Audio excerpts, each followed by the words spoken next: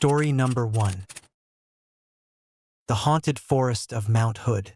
It was supposed to be just another search, just another rescue mission, the kind of thing I had done 1,000 times before, through the thick snow and icy winds of the Oregon wilderness.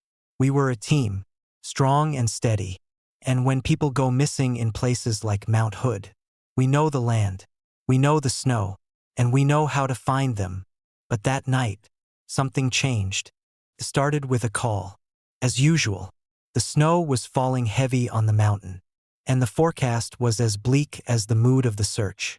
A lone hiker had gone missing. His last known location was near the dense forests on the mountain's northern slope, an area known for its wild terrain and unpredictable weather. But those forests also held something else, something darker, something older. We arrived at the trailhead at dusk. The air was thick with the scent of pine and fresh snow. The moon was hidden behind heavy clouds, and the world seemed to disappear into a monochrome silence. We knew the area well, so the plan was simple: split up, search, and bring him back. But there was something about the mountain that night, something in the air, something in the snow. I'm getting ahead of myself. I know. Let me start at the beginning. We were a crew of 6 that day. There was me, the leader, Greg, a seasoned veteran who always seemed to have his head in the right place when things went wrong. There was Emily, quick-witted and tough, with a fire that could burn through anything. Then there was Marcus, always quiet, his eyes sharp like a hawk. And then the rookies, Jesse and Amy, who had joined the team just the season before.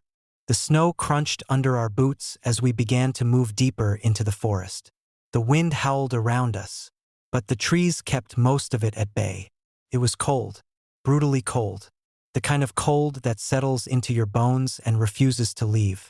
Still, we pressed on, our breaths coming in visible clouds, the beam of our headlamps cutting through the dark. We split up into pairs to cover more ground. I was with Greg, as usual, and the others took their assigned routes. As we moved deeper into the forest, the sound of our boots on the snow was the only thing that seemed real. Everything else felt wrong. At first, it was small things, the way the trees seemed to twist, their branches creaking like old bones, the way the shadows shifted in the corners of our vision, moving even when the wind didn't blow. I tried to tell myself it was just the storm playing tricks on us, but that feeling, that nagging sense that something wasn't right, kept growing. Then we heard it. A laugh, a soft, quiet chuckle, like it was coming from the very trees themselves. I froze. Greg, always calm, didn't flinch. He just looked around, his eyes scanning the dark forest. "Did you hear that?" I asked, trying to keep my voice steady. "Yeah," he replied. "Stay sharp."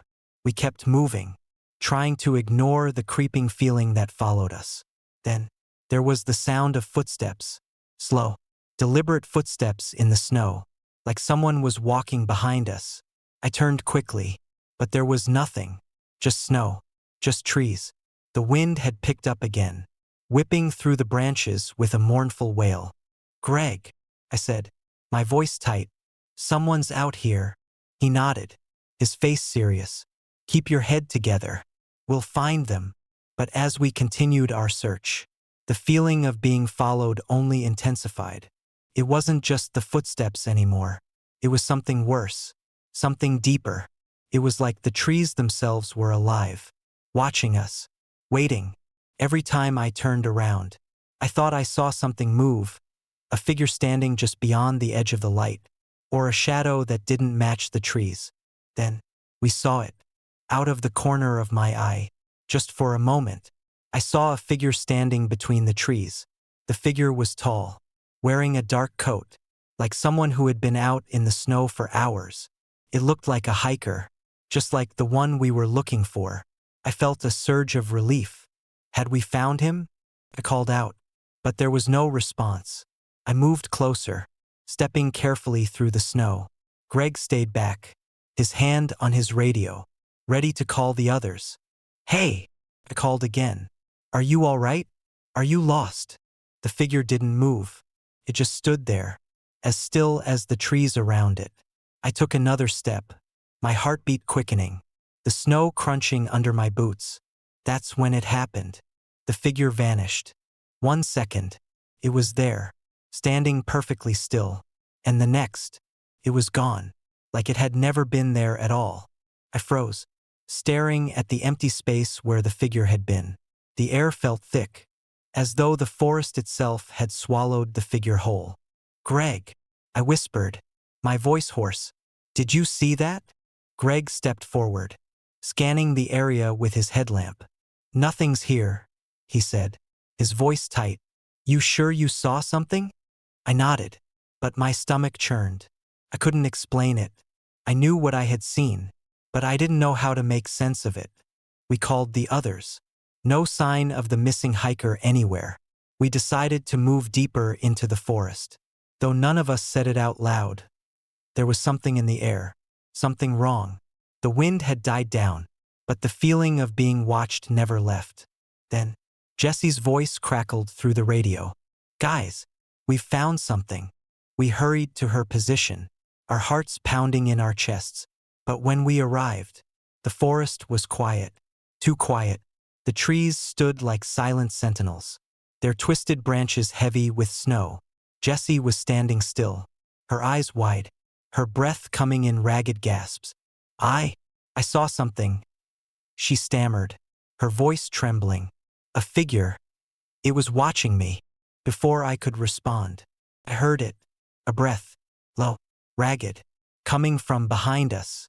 I spun around, but there was nothing there, just the trees, just the snow. But then, we heard it again, the softest of whispers. "Help me." The voice was faint, like it was coming from the very air around us. But it was unmistakable. It was a whisper, deep and cold, a voice that made my skin crawl. We bolted.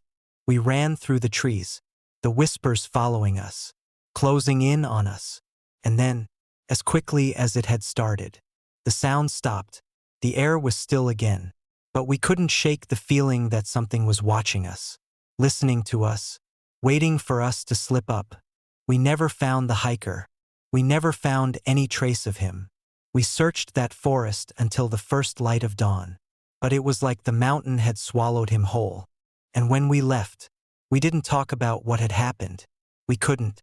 No one said anything about the figure we saw, the voice we heard, or the feeling that we weren't alone. We just left.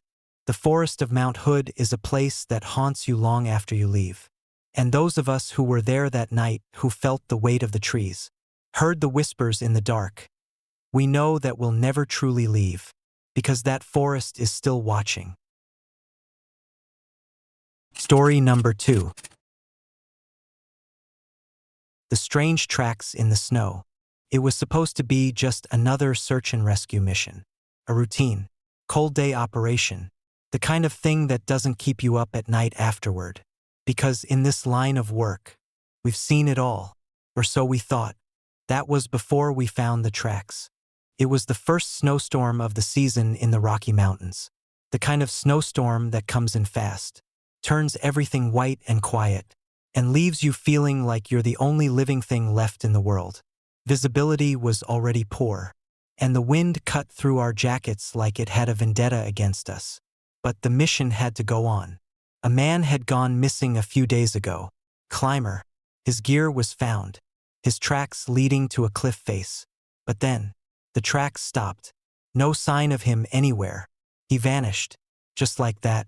And now we were sent to pick up where the last team left off. I was with a 6-man team that day, tough, seasoned, no nonsense. The kind of people who didn't panic when things got rough. We'd been through our fair share of rescues.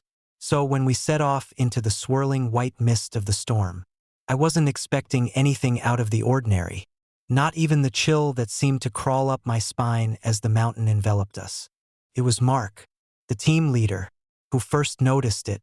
A weird sound beneath the howling wind, like something heavy scraping against ice. "Hold up," he said, his voice sharp and low, cutting through the air like a knife.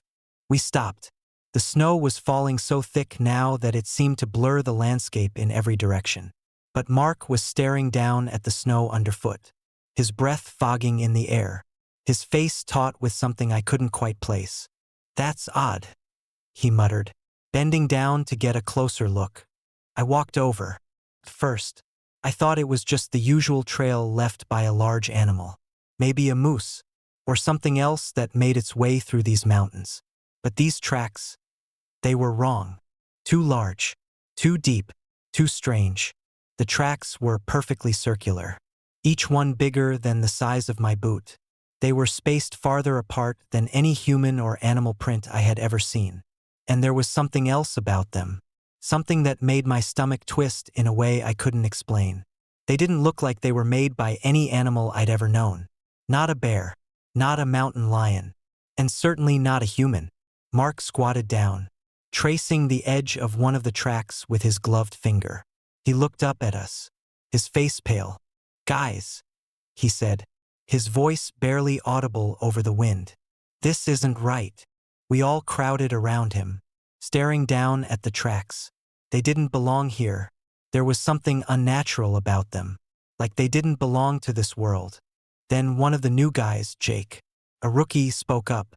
"What the hell do you think it is?" Mark stood up, wiping snow from his gloves. "Don't know, but whatever it is, we need to be careful." We kept moving, following the strange tracks as they led deeper into the mountain. The snowstorm was picking up again, but it was like the storm itself had taken on a menacing quality, as though it were closing in on us, driving us forward. The tracks didn't slow down, didn't change direction. They just kept going, like something was leading us further into the wilderness, into the unknown. As we moved, I started feeling it too, an odd pressure in the air, like the weight of something heavy was pressing down on us, squeezing the breath out of our lungs. It wasn't just the storm anymore. It was something else, something watching. Jake was the first to speak up again. "I don't know, man. I don't like this." The rest of us nodded in agreement. The tracks were leading us farther than we intended to go. They led us into a narrow gorge, deep between two sharp peaks, where the wind had howled so fiercely that even the trees seemed to bend away from the rocks. The snow here was untouched, pristine, except for the strange footprints. At this point, we were close to the base of the cliff where the climber had last been seen, and I knew this was where the tracks were leading us. But as I looked around, I felt a chill run deeper than the cold could explain. And that's when we saw it. One of the tracks was wrong. It had changed shape, becoming more jagged, more unnatural, as though the ground had been gouged by something sharp and heavy. I crouched down to take a closer look. That's when I felt it. Something sharp in the air, like a static charge, an electric hum that seemed to make my hair stand on end. The wind had died down suddenly, and all I could hear was my own breath and the distant, soft thud of our boots in the snow. Then, the pressure increased, squeezing in on us from all sides, and it was like the world had narrowed to just this single point in space. This tiny, isolated corner of the mountain. One of the guys, I can't remember which one, started to move forward, drawn to something at the end of the tracks. "I think I see something," he said, barely audible, his voice tight with unease. The rest of us followed him, our steps slow, deliberate. Then, suddenly, it stopped. The tracks, the trail, everything. There was nothing more to follow. The snow around us was still, undisturbed. The air hung heavy, like the mountain was holding its breath. We stood there in silence for a long moment, staring at the blank white snow. The tension was palpable, like something was waiting for us to make the next move, to do something wrong. And then, as if to break the silence, I felt it, a sudden, inexplicable pull, like an invisible force pushing against me. "Guys, we need to get out of here. Now," I said, my voice cracking. The others looked at me, and I could see the fear in their eyes, real fear, the kind that makes you question everything you thought you knew about the world. We turned to leave, but as we made our way back, I heard something behind us, a faint sound, almost like a whisper in the wind. It wasn't the storm. It wasn't the trees creaking. It was something else. Something I couldn't describe. A voice. Low and indistinct. But it was there. I turned around, scanning the snow behind us. There was nothing. Just the empty stretch of mountainside. Barren and white. But the tracks, those strange, huge tracks, they were gone. The snow around us was untouched. No sign that anything had ever been there. We never found the missing climber. We never found any trace of the tracks again, no matter how hard we looked. And we couldn't explain what had happened, or why those tracks had led us so far into the wilderness, only to disappear without a trace. But the mountain, it wasn't done with us. We've all been back there since. But none of us speak of that day. We don't need to, because every time we step foot on that mountain, we feel it again. That strange, invisible pressure. That feeling that we are being watched. And I know deep down, even now, that if I ever go back out there, I'll see those tracks again. And I won't be alone. Story number 3. The disappearing rescue team. It was supposed to be a routine mission. A group of missing climbers. Just a few hours out of sight. Nothing unusual about it. Sierra Nevada wasn't the most forgiving place in the world. But it wasn't the worst either. I'd been on enough rescues to know how these things went. And I figured this would be another long day spent trudging through snow, cold biting at our skin. But nothing that would stick with us long after the search was over. But I was wrong. It turned out that something was waiting for us up in those mountains. Something we weren't ready for. I should have known the moment we lost contact with the command center. We'd been searching for hours by the time the storm really started to hit. It wasn't unusual for the weather to shift quickly in the mountains. But this was different. The snow came down in sheets, thick and heavy, and the wind was so strong it felt like it was trying to push us back with every step. Visibility dropped to almost nothing, and I could barely hear the voices of the team over the howl of the wind. "We need to head back," Mark, the leader of the team, shouted over the radio, his voice a mix of urgency and frustration. "We're losing light fast, and we haven't found anything yet." I wasn't ready to give up. Not yet. I've been a rescue worker long enough to know that it's never the first place you look that gives you the answers. But as the hours dragged on and the storm picked up, I could feel the panic creeping into my own chest. Something wasn't right. I couldn't put my finger on it. But there was a wrongness in the air. The thick, oppressive silence beneath the howl of the storm. The radio crackled in my ear, a sharp static cutting through the storm. And then, the voice of the command center came through, clearer than I expected in such a blizzard. "Rescue team, do you copy?" I reached for the mic, but my hand froze just inches away. The transmission stopped. Dead air. I frowned. That wasn't normal. Our radios were top of the line, designed to withstand all kinds of interference. But we were getting nothing. "Mark," I called out, trying to keep my voice steady. "We've lost contact. We need to head back to base camp and regroup." He didn't respond at first. And then, through the white noise of the storm, I saw it. A faint light, a soft glow flickering through the snow, like the dim flicker of a lantern. The kind of light you see when you've been lost in the dark for too long. A glimmer of hope. Or maybe it was just exhaustion playing tricks on my mind. "Over here," I shouted, barely able to hear my own voice over the wind. "There's something ahead." The team followed me, our steps uneven, boots sinking deep into the snow as we made our way toward the light. It was hard to see anything clearly, but as we got closer, the light became more defined. It was coming from a figure, standing alone in the middle of the storm. Person. At first, I thought it was one of the missing climbers, alive, just like we hoped. But as I approached, I felt a shiver go down my spine. Something about the figure didn't seem right. Mark called out from behind me, "Is that them? Are they okay?" I couldn't answer at first. I just stood there, staring at the person in front of me. They were tall, wrapped in layers of heavy winter gear, the snow swirling around them like they were part of it. Their face was hidden under a hood, their body rigid, unmoving. I stepped closer. The air around me seemed to grow colder, the wind howling louder, but the figure remained still. "Hey!" I called out again, louder this time, my voice sharp with authority.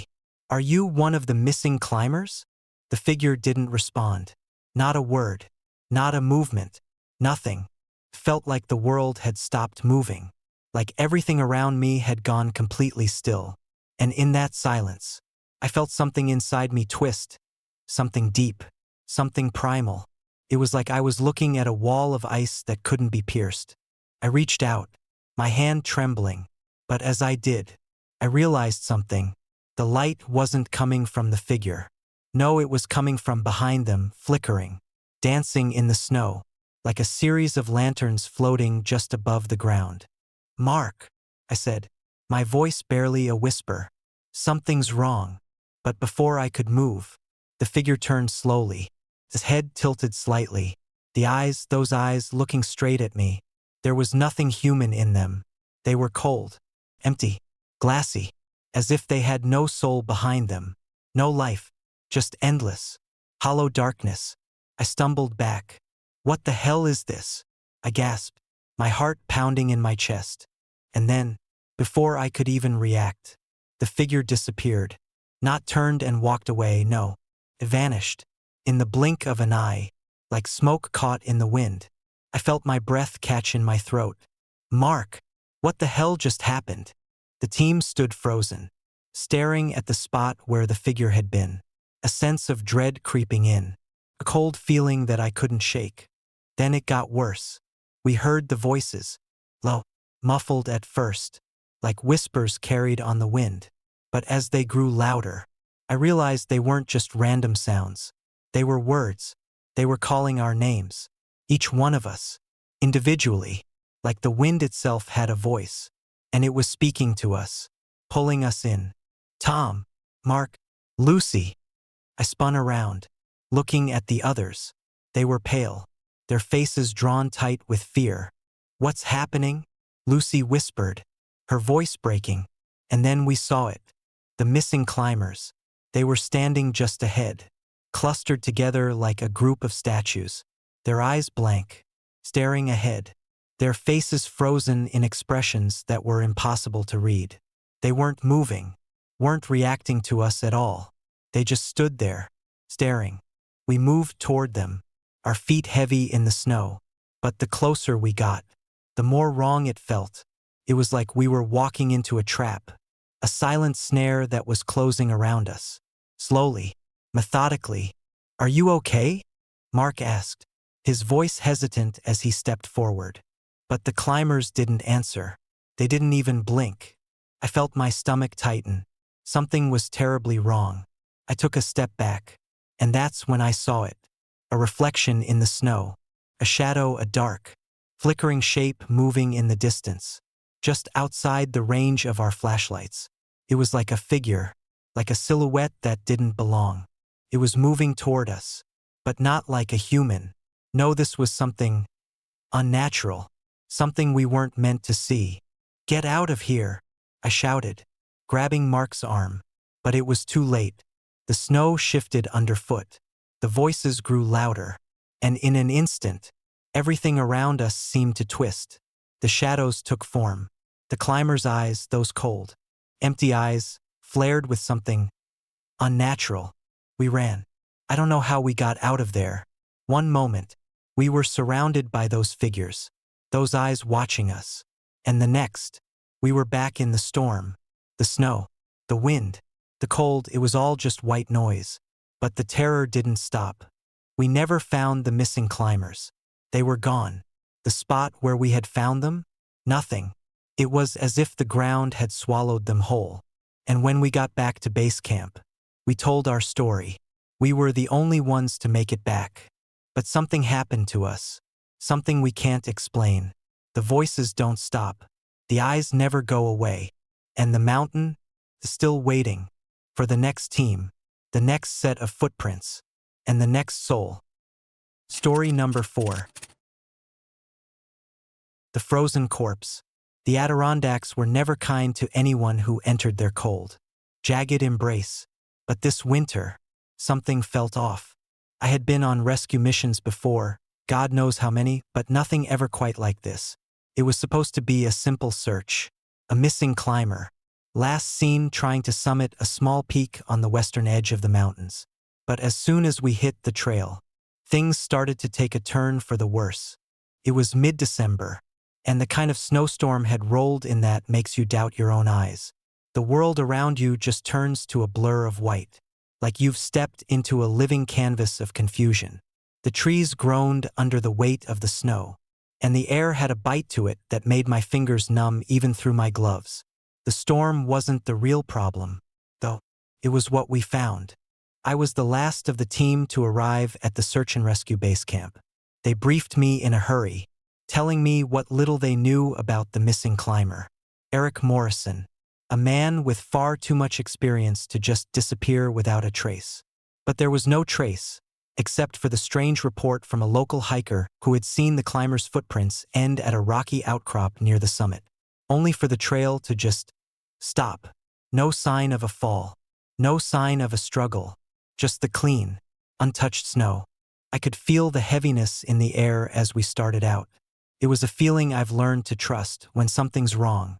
Your gut tells you, this wasn't just a missing person anymore. Something was waiting for us up there. Something that didn't want to be found. We moved in tight formation as the storm closed in. Our only guide was the flashlights in our hands, their beams cutting through the snowflakes in desperate, violent streaks of light. We came to the place where the footprints stopped. The first thing I noticed was the odd stillness. It's hard to describe, but there was something unnatural about the silence. The storm howled around us, but the space where the tracks had stopped felt different. It was too calm. Felt like time itself had paused, holding its breath, watching. Then we saw it. There, in a small clearing. The snow was disturbed in a circular pattern, as if something large had been dragged through it. The ground was churned, and patches of snow had been torn up, thrown like a violent storm had passed through. But there were no signs of an animal, no gnawing marks, no claw marks in the snow, nothing that would explain the disarray. And there, in the center of the disturbance, lay a body, Eric Morrison, frozen solid. I've seen death before. Hell, I've seen a lot of it, but never like this. His face was pale, waxen, his eyes wide open, and his lips cracked in an expression of sheer terror. He looked like he had been caught in some kind of terrible freeze, the very life stolen from him in an instant. The worst part, though, wasn't the frozen state of his body. It was the absence of any kind of injury. No wounds, no cuts, no bruises, no marks at all. His clothes were intact, the fabric thick and sturdy, designed to protect against the harshest weather. But there was something else about them. They looked too clean. No snow had settled on them, as though they had been untouched by the storm. The strangest thing, though, was what surrounded him. The snow had been disrupted, yes, but there was something else in it. Something darker, something out of place. The footprints we had followed didn't match Eric's. No, these were different. They were too deep, too heavy, like something far larger than a man had been moving around in the snow, stalking him. The air itself seemed to hold its breath, waiting for something to happen. One of the team, a younger guy named Alex, dropped to his knees next to Eric's body, trying to get a closer look. No injuries, no signs of a struggle, he muttered. But look at this. I knelt beside him, squinting at the ground. At first, I couldn't see what he meant, but then the full weight of it hit me. The snow was scattered around the body like something had been fighting in the storm, something large and powerful. But there was no blood, no sign of a violent conflict, no sign of anything except the disturbance. Something had happened here, something we couldn't understand. But as we inspected the area more closely, I noticed something else, something that chilled me to the bone. The footprints, the strange, deep ones, were starting to fade, slowly, subtly, like they were being erased, as if the snow itself was swallowing them whole. It was so gradual I almost thought I was imagining it. But when I stepped back to get a better view, the footprints were gone. Completely gone. "What the hell's happening?" Alex muttered, standing up abruptly. "We need to get out of here," Greg, our team leader, said, his voice low and cautious. "Now." But as we began to move back, as we turned to leave the scene of the strange, frozen body, something else happened. A sound distant at first, but unmistakable, came through the storm. It was a voice, a whisper, soft, low, the kind of whisper you only hear when you're sure you're alone. And then it cuts through the silence like a knife. It wasn't Eric's voice. It was something else. I couldn't make out the words, but there was a sound, like a low moan of despair, a cry for help, maybe, or something worse, something far darker. My breath froze in my lungs. The others heard it too, their heads snapping toward the source of the sound. But when we looked, all we saw was the blizzard, howling louder and louder as if mocking us for our foolishness. "Get moving," Greg barked. He was already halfway down the trail, and we quickly followed. But I couldn't shake the feeling that something was wrong. Not just with the snow, not just with the body. No, something was wrong with the very air itself. Felt wrong, as though the mountain was alive, watching us, waiting for us to make a mistake. We didn't speak much on the way back, the urgency in our steps louder than any words could have been. When we reached base camp, I thought we were done. We had the body, the evidence. We could call it in, let the authorities handle it. But as the rest of the team went off to prepare, I stayed behind for a moment. I don't know why, but I had to go back. I thought I'd seen something in the distance, before we left. So I grabbed my flashlight and made my way back to the clearing. I had to know. The moment I crossed the threshold into the area where Eric's body had been found, I felt it again, an overwhelming sense of cold. A weight, like the whole mountain had shifted, like something had been waiting for me. I scanned the area, my breath coming in shallow gasps, my heart pounding in my chest. But as I looked down at the place where Eric had been, I saw something that stopped my heart cold. The snow was undisturbed, not a single trace of anything, no signs of a body, no sign of the struggle, no sign of Eric Morrison. I turned and ran, and I didn't stop running until I got back to the base camp. The next morning, when we went back with more teams to investigate, the snow had covered everything. Everything except one thing, a single set of footprints, leading off into the woods. Heavy, deep impressions. And they weren't Eric's. They were bigger, stronger, and they led straight into the forest, where the trees stood like silent witnesses to whatever had happened in that cold, forgotten place. We never found out what happened to Eric Morrison. But I know what I felt. I know what we saw. And I know that whatever took him, whatever left those tracks behind, is still out there, waiting, watching, and it's still calling for help. Story number 5. The Shadow on the Mountain. It was a bitter cold evening in the heart of winter when we were called in. A lone climber had gone missing somewhere in the treacherous San Juan Mountains of Colorado. A well-known, experienced mountaineer, if anyone could handle the perilous cliffs and icy ridgelines. It was him, but something had gone wrong. There was no word for a day. Then, too, the trail had gone cold, as the snow buried his tracks beneath a thick, unforgiving blanket. That's when they sent us, the rescue team, veterans, each of us, some with decades of experience, others still shaking the rust off. But all of us with one thing in common: we knew the mountains, and we knew the risks, but we also knew the cold was a brutal adversary. The San Juans weren't like the Rockies further north or the soft, rolling hills back east. These mountains had a savage edge to them, a kind of quiet cruelty that could wear you down in ways you couldn't see coming. I'd been on rescue missions before, but this one felt different. I didn't know it at the time, but something was waiting for us on that mountain, something we weren't prepared for. We set out late in the afternoon, hoping to make some progress before the storm set in. The forecast was grim: more snow, more wind, The kind of storm that could blind you in minutes and freeze your fingers to the bone. But we were used to that. What we weren't used to was the feeling that something was watching us. It started as soon as we reached the base of the mountain. A heavy silence hung in the air, broken only by the muffled crunch of our boots in the snow. The wind hadn't kicked up yet, and the world felt impossibly still. Too still. "Keep your eyes peeled," Greg, the team leader, said. His voice was low, steady, but his face was drawn tight. I could see the same unease in his eyes that I felt crawling up the back of my neck.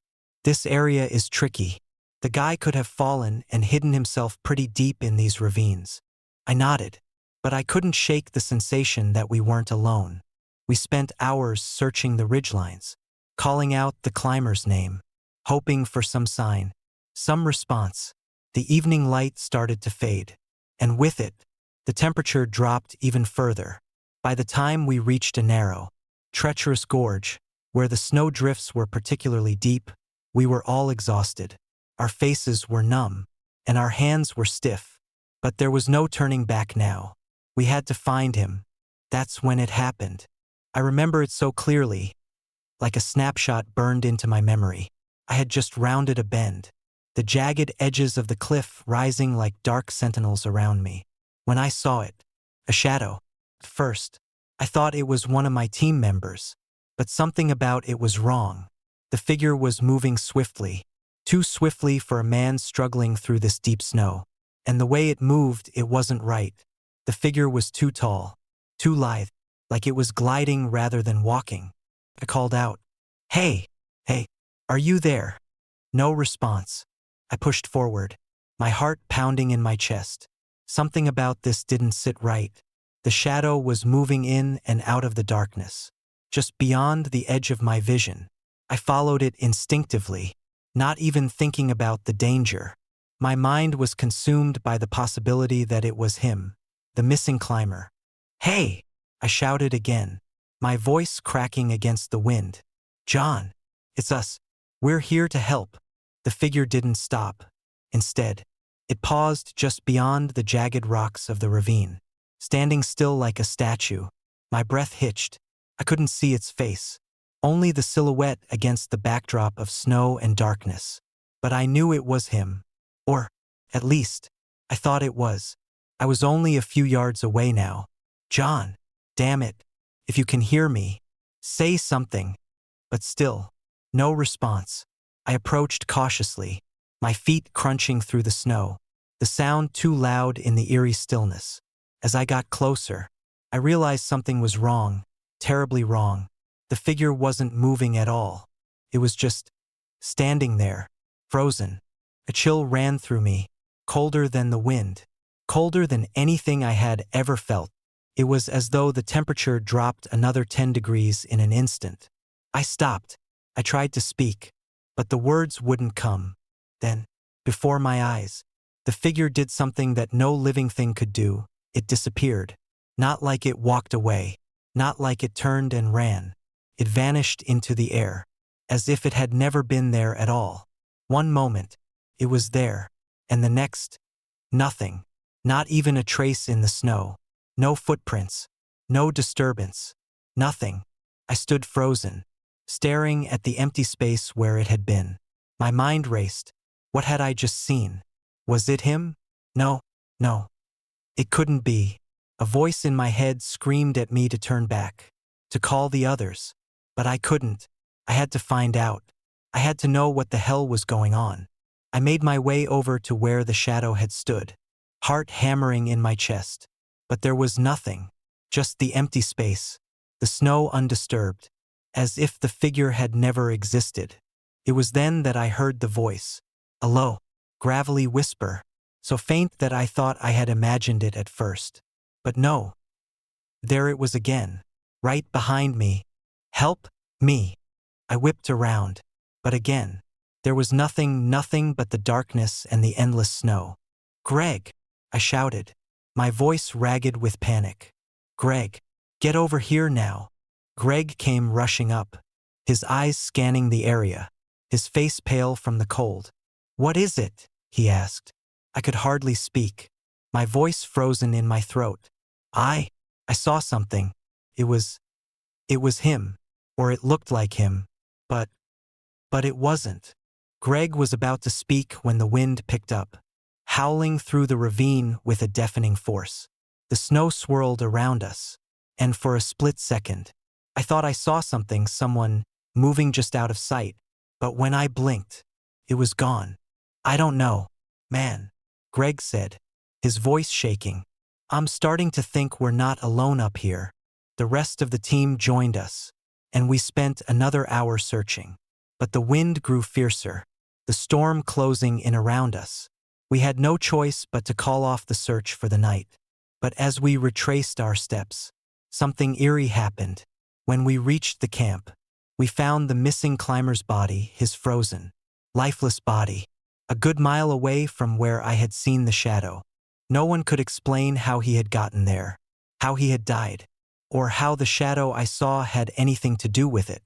All I knew was that the mountain had played its tricks, and we had walked right into them. That night, as I lay in my tent, I couldn't shake the feeling that something was still out there. Something that watched us from the dark corners of the mountain. Something that followed us with every step we took.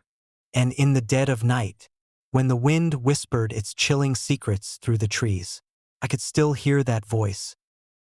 Story number 6. The Cold Whisper.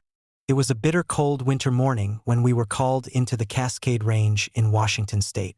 The mountain was veiled in snow, its jagged peaks hidden behind thick clouds of swirling mist. The air had a heavy weight to it, a sort of oppressive chill that sinks into your bones, gnawing at you with each step. The snow was deeper than usual that season, and the search had already been underway for nearly 48 hours. A solo climber had gone missing, no sign, no trace. They had been on a routine climb, something well within their capabilities, but they hadn't returned. The last contact they made was a garbled radio transmission, telling the rescue team they were trapped, followed by a sudden silence. That's when we were brought in, another team, fresh, ready to cover new ground. I was part of that team. The team leader, Greg, was a seasoned rescue veteran, his face as hard as the mountains we traversed. He had seen too much, heard too many stories that made him wary of anything but the mission. We were all trained professionals, hardened by years of service. But even the most hardened can't prepare for what we would encounter on that mountain. It started with the wind, a strange kind of wind that didn't whistle or howl like the wind is supposed to. No, this wind was quiet, unnervingly quiet. It moved with a kind of purpose, as if it knew where it was going. Unlike the erratic gusts you normally find on mountain ranges, it whispered as it passed through the trees, soft and insistent. At first, we thought it was just the elements, a trick of nature, but I was wrong. Our radios buzzed and crackled as we made our way deeper into the woods. The snow was thick and heavy, but we had a good system going. Each of us followed the marked path, our heads down against the bitter cold, trying to keep up the pace. It wasn't until we had been out there for hours that things began to get strange. Tom, a younger guy on the team, was the first to notice something wasn't right. He stopped in his tracks, his head tilted slightly as if listening for something. "You guys hear that?" he asked, his voice tense. We all stopped, trying to make sense of the sound. It was faint at first, like the faintest of whispers carried on the wind. "I don't hear anything," I said, feeling the chill of unease creeping up my spine. "No, listen," Tom insisted, stepping closer to me. "It's like someone's calling my name."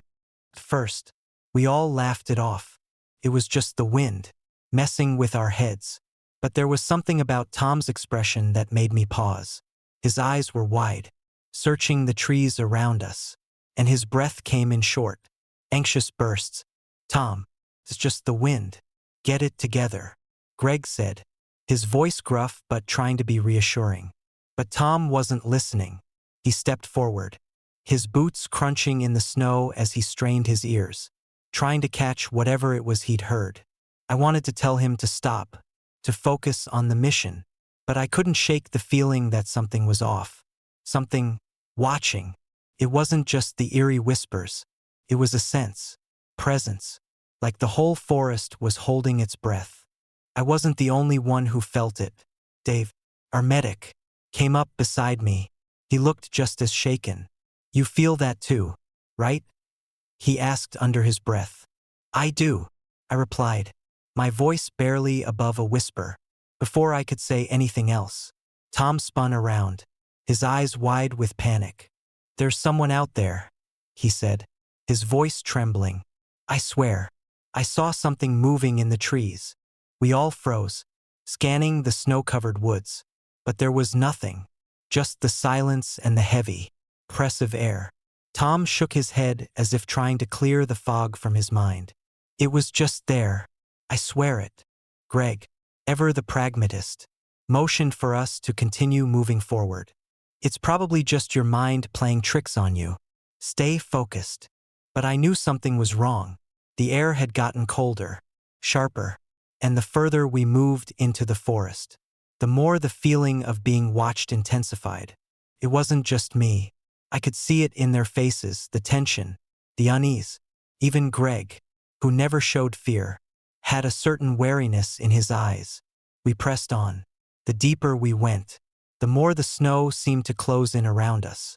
The trees, thick and gnarled, towered overhead, casting long shadows across the forest floor. It felt like we were walking through a void, isolated from the world outside. The path we were following was supposed to be marked, but now the signs were unclear. The tracks faded. Then, we found the first trace, the climber's gear, half buried in the snow, the unmistakable signs of a struggle. A glove, shredded and torn. A small pack, torn open as if something had attacked it. And then, a set of footprints. But they weren't the normal, consistent prints of a climber. No, these were erratic, almost as if the person had been running, or worse, being dragged. This doesn't feel right, Dave muttered, his voice tight. These tracks, they don't make sense. We followed the tracks through the forest, hoping they would lead us to the missing climber. But as we went deeper, the tracks began to disappear. Not fade, not blur in the snow. They vanished entirely, as if they had been erased from the world. This is impossible, Greg said, his voice hard now. We're not making progress. But as we stopped to regroup, that same whisper returned. Colder now, more insistent. It was coming from all directions, surrounding us, soft voices calling out, murmuring. I couldn't make out the words, but I knew they were calling us, calling me. And then, the worst part, as I turned to face the others, I saw something in the snow ahead of us. A figure, shrouded in shadow, standing motionless.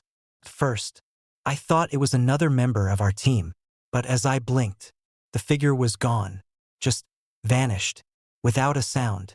Did you see that? I asked, my voice hoarse, but no one answered. They were staring at something else, at the place where the figure had stood. But there was nothing there, just snow. And then, in a low voice, Tom spoke, barely audible over the wind. We're not alone. Greg turned sharply, his eyes narrowing. What do you mean?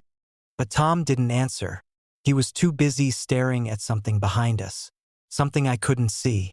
The feeling of being watched intensified, and I turned around, expecting to see nothing but the swirling snow.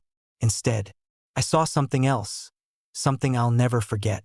A figure, standing at the edge of the trees, its shape indistinct, but its eyes were unmistakable, hollow, empty, like a reflection in a broken mirror. Before I could speak, before I could warn anyone, the figure turned and vanished into the snow, leaving us frozen in place. The storm was closing in now, and we had to make a decision.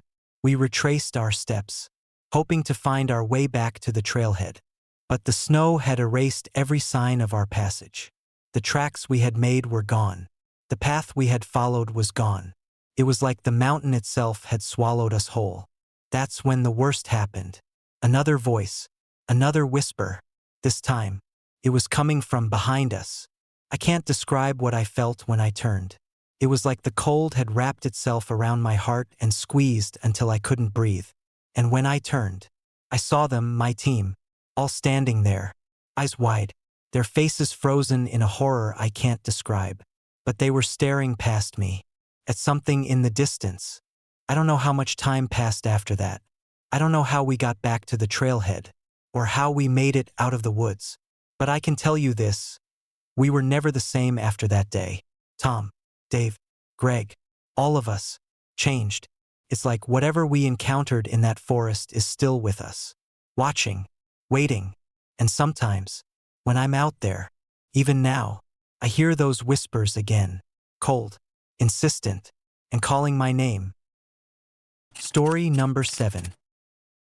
The missing search team in the White Mountains. I've been a search and rescue volunteer in the White Mountains for over a decade. In that time, I've seen things that make you question the very fabric of reality. Things that don't sit right in the pit of your stomach, even after all these years. But there's one story, one night, that still haunts me. It's a story I don't tell often.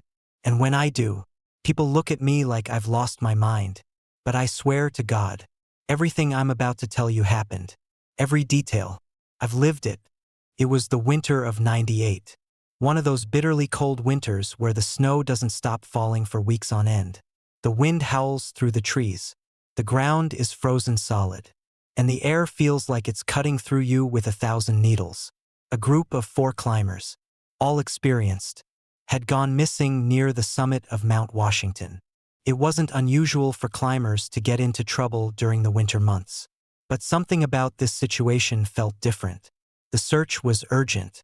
The forecast had warned of a major storm, and we knew we had to act fast. I was part of the second search team sent in. The first team had gone out a few days earlier, but their progress had been slow, and they hadn't found any sign of the missing group. They were supposed to radio in for updates, but when they didn't, we were dispatched. There were 6 of us in our team, myself, a seasoned medic named Ray, 2 strong climbers, Holly and Chuck, and 2 rookies, Ben and Sarah.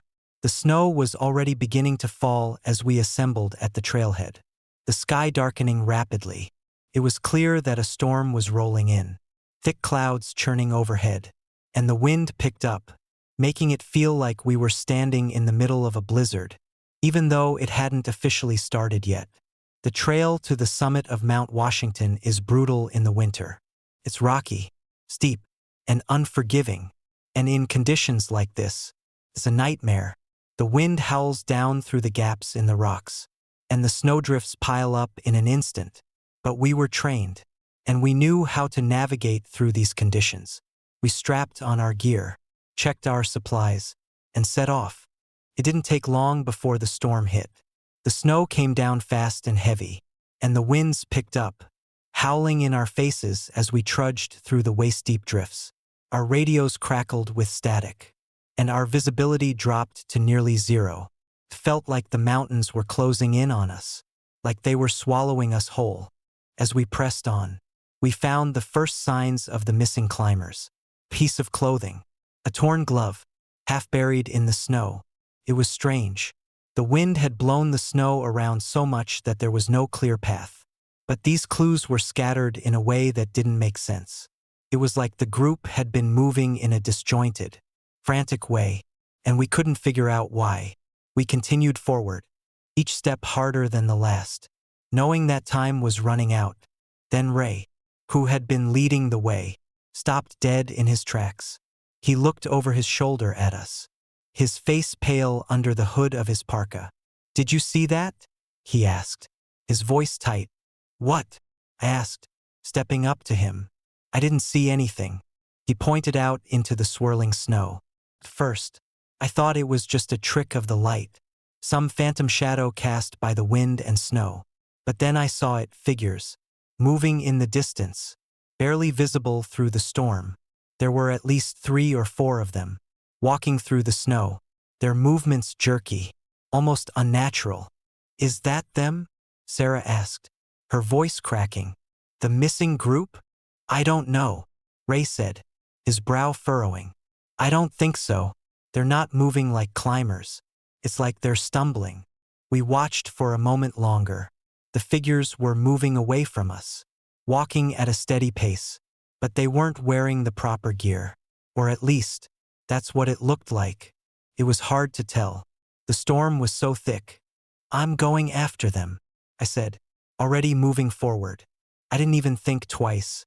Maybe it was the adrenaline or the fear that if we didn't act quickly, we'd lose our chance to find them. But whatever it was, I felt driven. Ray hesitated, but then he followed. Holly and Chuck exchanged uncertain glances, but they too moved with us. And the rookies, still unsure of what was happening, followed as well. We trekked through the snow, the wind howling in our ears, each step a struggle against the force of nature itself. But as we got closer, something strange started to happen. The figures were still ahead, but they weren't getting any closer. It was like the distance between us wasn't shrinking. Even though we were walking straight toward them, my heart started to race, the hairs on the back of my neck standing up. "Something's wrong," Ben said, his voice shaky. "This doesn't feel right." I glanced over at him, but before I could respond, something odd happened. The figures, those people we had been following, suddenly disappeared. One moment, they were there, moving through the snow like ghosts, and the next, they were gone. There wasn't a trace of them. No sign they had ever been there. Just the wind, and the storm, and us. I stood frozen for a moment, trying to make sense of what had just happened. But then, before I could say anything, I heard something that made my blood run cold. A scream, a cry for help, faint, but unmistakable, coming from up ahead. We started running. No more thoughts, no more hesitation, just the sheer terror of hearing someone in pain and knowing they might be right around the corner. But when we reached the spot where the scream had come from, there was nothing, nothing at all. No sign of life, no tracks, no figures, just more snow, more wind, and the silence that followed the storm's fury. It was then that we realized we were lost. Completely. We retraced our steps, but it was like the mountain had changed its face. Nothing was where it had been before.